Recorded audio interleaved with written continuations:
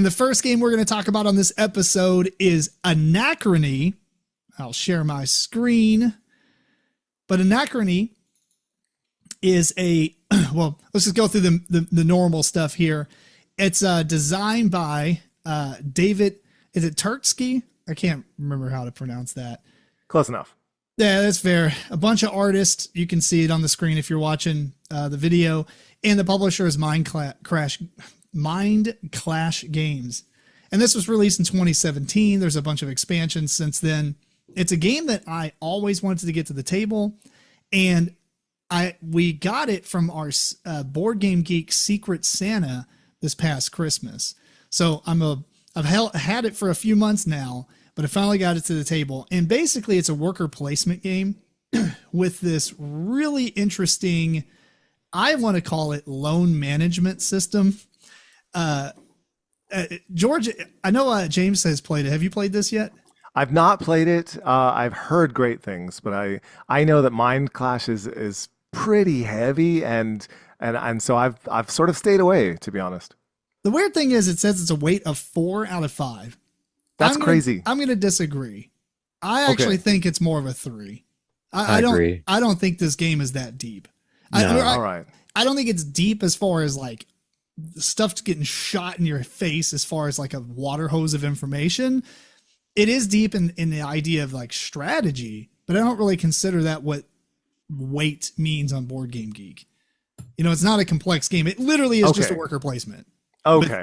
With its twist. I need to give it a try though, because I really love the theme. I love time travel themes. Yeah. Well, let me quickly go over it, and then I'll talk about some of the things that I like. You have a player board in front of you, and you have the capital board, which is in the middle of the table, and you have this thing called the timeline, which are all these little boards that have these like spots for your time warp tokens that you'll place on there. More on that later. And before I get into this, I'm going to do something I almost never do. I'm going to tell you the theme, because out of a lot of games, this is one of the only games I can see that the theme actually brings out a lot of this game. It's crazy. Effectively, and I might not do this all justice, but basically something happened to the world, like the Earth. There was a catastrophic event. Most of the Earth is inhabitable, and the human population was significantly declined, and they formed into like 4 factions. In this game, they call them paths, like Path of Harmony or Path of Dominance. I'm going to call them factions. Anyway, for simplicity's sake. Yeah. And they built these monuments out of this material that was at ground zero from the whatever happened. Okay. And it's called neutronium. And by doing this, they basically, I guess, concentrated it so much that they ended up ripping a hole through like a wormhole, and they end up being able to utilize that. And that's how they got time travel. Well, the side effect to that, I guess, is that there's a meteor that was going to basically destroy the Earth or hit the Earth and cause a lot of problems. And that was supposed to happen a long time in the future, but then that, because of the wormholes and the way that they've been manipulating time, they actually brought that event closer. And so it's going to happen within a few decades. And the game takes place between 5 and 7 rounds. Or 5 and 8. I don't remember how many rounds, but the point is, like a little bit halfway through the game, or a little bit more than halfway, the impact happens, and that's when the meteor hits or whatever. But each round, or in this game, it's called eras. They last a few years. It's not like you're playing, 1 year every era. So it's like a decade or two before like the meteor hits. Well, anyway, that's like the moral of what's going on. And I'll explain more on why I'm telling you that when I get to the timeline stuff. Now, I have the Essential Edition, which does not come with miniatures. It just they have these mechs that you have called exosuits, and you have these worker tiles. And the worker tiles can be placed on buildings that are on your player board in these little slots.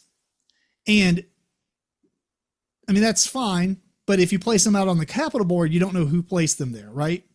So you put them on these little mechs to go out there. you have to power on these mechs with a resource. And those mechs in the Essentials edition are essentially like this little hexagon, like tile, and it's boring, but they make all these really cool miniatures. So I do have that, and you slot the guy in the top of its head, basically like a credit card, and then you put your miniature out there. But they do look really good. Yeah, it looks really cool, especially if they're painted. Yeah, because the miniatures are your time suit or whatever that you're going back in time in. Yeah, that's, I guess you're supposed to put that little hex in there. That's you going into the suit to go back in time. Well, like I said, most of the game is standard affair when it comes to worker placement. You've got these places out on the main board, and there's multiple spots for them. And like you can go out and you can take a worker placement spot to build a building, and there's like a display of buildings off to the right. There's 4 different color buildings. One of those are power plants, and we'll come back to why I mentioned that. There's another spot where you can recruit these workers. At the beginning of each era, a card flips over and it tells you which workers to populate. So those are the workers available to get that round or that era. There's another spot where you can roll these dice, and that's going to give you these breakthrough tokens that you need to build what's called super projects, because above the timeline, you have these big buildings. Essentially, they give you really powerful abilities or really powerful end game scoring, but you need to have those breakthrough tokens alongside all these resources and possibly a worker or two that you need to basically use to build that building. And there's some other spots on the main capital board, like you can go and do some trade actions with the nomads, or you can get some water. And there's finally a mining action where you get cubes, which are your resources. And in order to get those, there's like 3 different spots you go to, and you'll get one of any tile that, or at the beginning of the era, a card flips over just like the workers, and it populates those spots with resources. You get one of those, and you can get the one that's attached to the spot. You take 2. So you're always going to get 2 resources by going to the mine.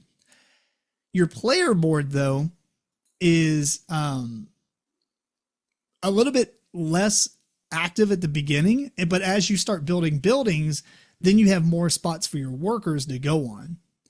And when you place them on those spots, or even on the main board, there are 3 different types of workers, like scientists and engineer and administrator. And most of the spots will take any of them, but you get discounts for doing certain things. Like, for instance, if you send the engineer to like the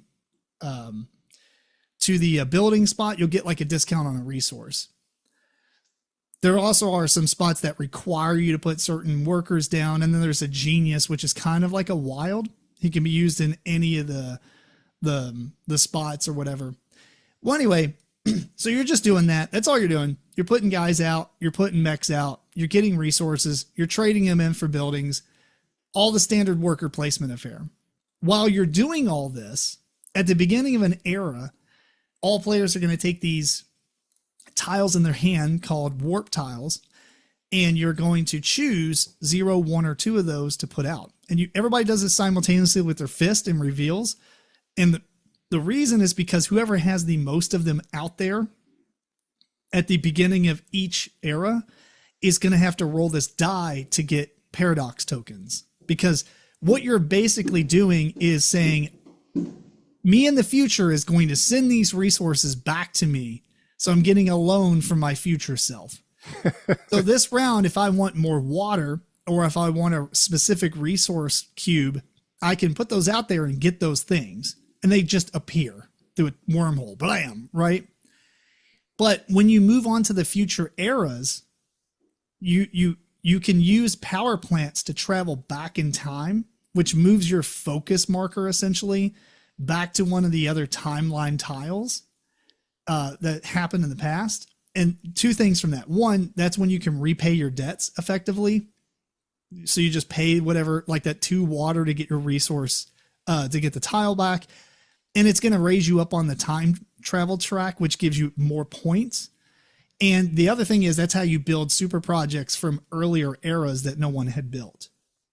Now, what's really cool, and the reason I bring all this up, is in essence, what's happening is, I think, if I remember correctly, you as a faction want to do everything you can to propel fast for the impact before it happens, for the meteor. And so you're sending your stuff back in time to help your faction basically progress quicker.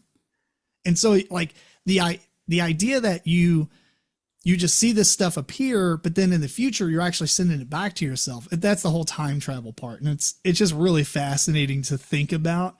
In game terms, all it is you're taking a loan and you're paying it back. But in the theme, it's really cool way to do like time travel as a loan mechanism. And that's mostly the game.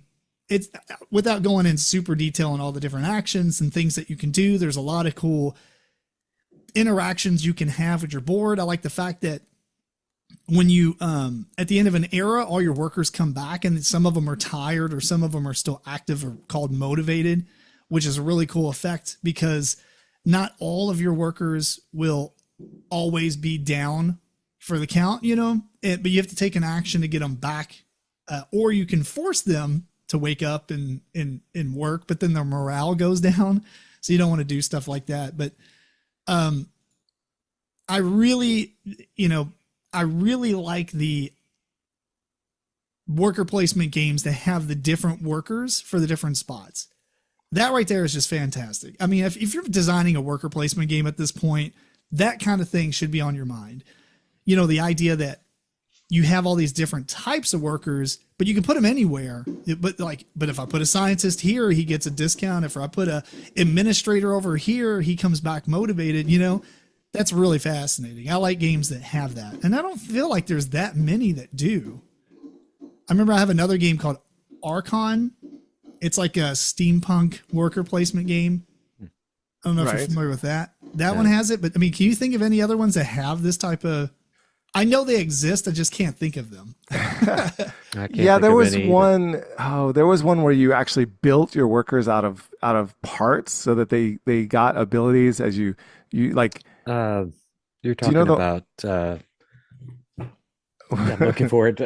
Looking for it on his shelves. Chimera Station. Yes, thank you. That's the one. Yep. Yeah, based on what colors you put on it is what powers they have. Yeah, that's pretty cool. Yeah. And the top of that too is you have those mechs or the exosuits that you have to send your workers onto the main board with those exosuits. I mean, some of that's because I think the capital city is kind of treacherous to get to because the world's inhabitable. So you send them in those suits as well. Another thing I really like about the game thematically though, is when you get paradox tokens, if you get too many of them, it becomes an anomaly, which is basically just a building that goes on your board. And it gives you negative points at the end of the game, unless you pay the resources or whatever and get rid of it. But the theme behind it's fun because you're basically sending this guy with all these resources to go there, and he goes through the wormhole and dies, closing the time loop. So it's I don't know. It's one of the only games where the theme, and I just don't care about theme too much. I mean, I like theme, don't get me wrong, but I like mechanisms. Yes, and you rarely talk about themes, so this is different for you. It is. And what's weird is I'm not even like that interested in learning the lore of the game. I just like the idea behind the lore and that it drives the game mechanisms. Super cool. Yeah. I think it would be nice if the Anachrony was more of a problem. Like if it did something desperately bad to you. If you're messing around with the time loop and screwing it up, I feel like it should be like a bigger deal thematically, but I can see for game purposes, maybe you can't really do that. What? Maybe give me an example. I'm not following you. Because it does punish you. If you right, but rather than just punish you in terms of points or just a negative at the end of the game, punish you in some way that it messes with your strategy. It does some other negative effect that is sort of a random thing. Well, I guess the anomalies are part of it. I mean, you get negative points, but you also get those anomalies, and those tie up your board spaces. They might cover up a building that's already there, and you got to waste a dude just to go through and close it. So it is pretty annoying. I will say that my wife did not care too much about that. I don't really care too much about taking loans in games, but if you need loan practice, like board game mechanism practice, this is a fantastic candidate to learn loan management. I mean, it should be called Anachrony, the loan management time traveling game. I have to first say I'm jealous that your wife will play these games with you. Mine won't. Or if she does, she'll beat the crap out of me and then say she hates the game and never play it again. But yeah, I've played this on BGA and it's Board Game Arena and it is really good. And you talking about it makes me want to play it again now and fire up another game of it because it is really fun. I'm surprised I don't own this one. I don't know why I don't, because it does 1 to 4, so I could solo it. It's just that I know I would want that mega version, and that's like the $100 box or whatever. Yeah. Oh boy. Yeah, that's crazy. But now that you say that it's on Board Game Arena, I got really excited because I did not know it was on there. And you want to fire up a game? Oh yeah, yeah. I'm in. I'm gonna have to get in on this with you guys because I've always avoided this one, but now hearing you talk about it, maybe it's one I should try for sure. Like I said, it says 4 out of 5 complexity. No, I say it's a 3. Is it one of the lighter of the Mind Clash games? Do you think then? What other They've got games? Tricarion. They've got Cerebria. Yeah. It's weird because I don't want to say it's lighter, but it is definitely way easier than Tricarion. Like that. Okay. I mean, I love Tricarion, but that is a good game. Yeah. Yeah, I would say it's just a worker placement game. That's really all it is. I don't want to. I'm not trying to downplay it by saying that, but it really isn't. Like if you played worker placement games and you play this game, as long as you understand the timeline and how paying loans back essentially is key to winning, or at least as far as a noob goes, maybe the timeline's not even that important. But I found myself taking out loans for stuff I didn't even need, specifically so I could travel back and pay it off and move up on my time track just to get more points. Yeah. And I feel like that is essential to the game. Yeah, it's worker placement done right. Yeah. I'll say it that way. All right. Well, if my future self is in a timeline that has time travel, he needs to step up because I need those loans. Fair enough. Yeah. Bring me those loans, buddy. Anyway, that is Anachrony.